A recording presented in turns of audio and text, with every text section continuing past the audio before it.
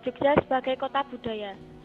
Sebagai ruang kebudayaan atau dengan simbol adanya berbagai kampus dengan mahasiswa dari berbagai daerah tersebut.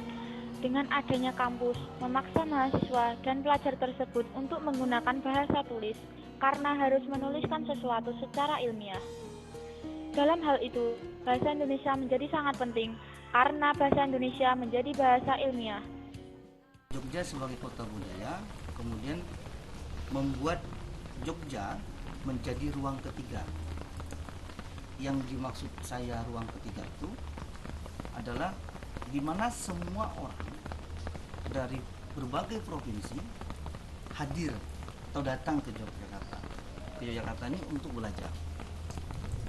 Kedudukan bahasa Indonesia memiliki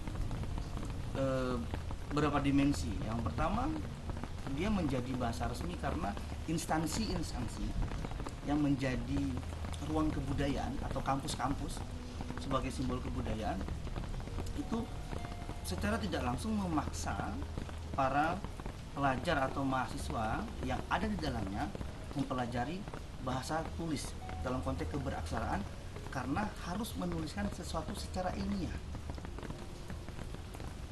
Dalam hal itu bahasa Indonesia menjadi sangat penting.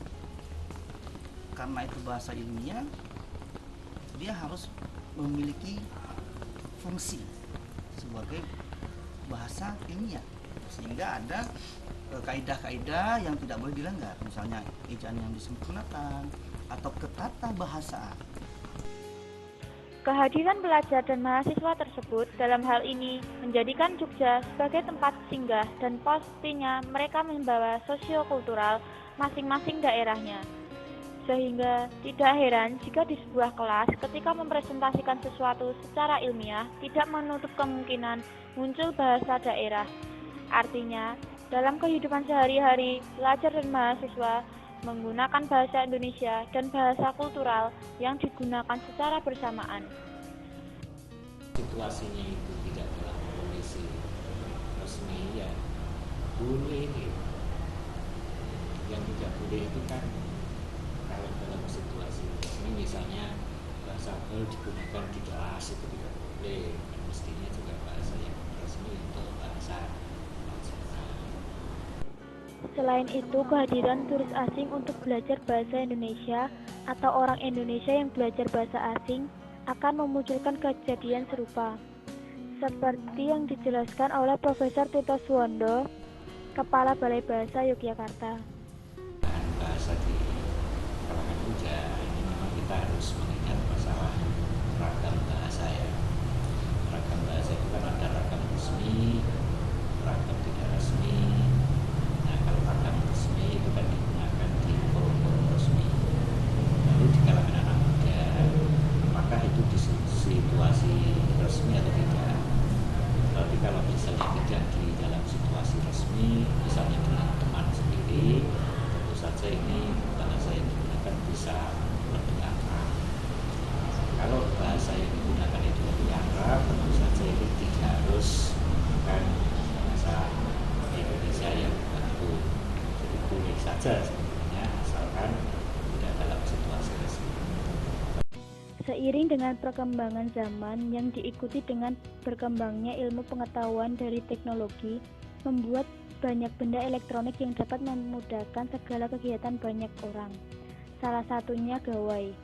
Gawai atau dalam bahasa Inggris disebut dengan gadget, merupakan suatu piranti atau instrumen yang memiliki tujuan dan fungsi praktis yang secara spesifik dirancang lebih canggih dibandingkan dengan teknologi yang diciptakan sebelumnya.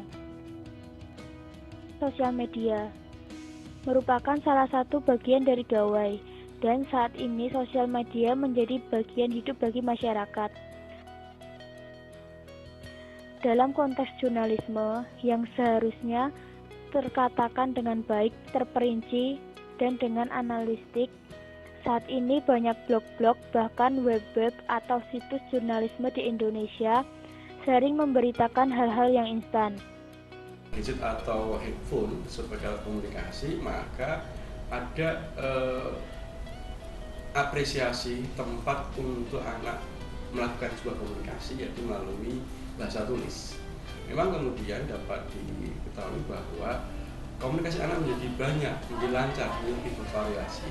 Tetapi secara tidak langsung memang kemudian akan mengurangi kualitas berbahasa mereka, baik secara lisan maupun tertulis. Ya. Tapi dengan gadget, komunikasi lisan itu menjadi terhambat, tetapi lebih banyak melalui bahasa tulis. Yang kemudian kalau ditinjau dari sisi pilihan kata, dari sisi struktur kalimat, dari sisi aksen, itu memang sedikit memprihatinkan.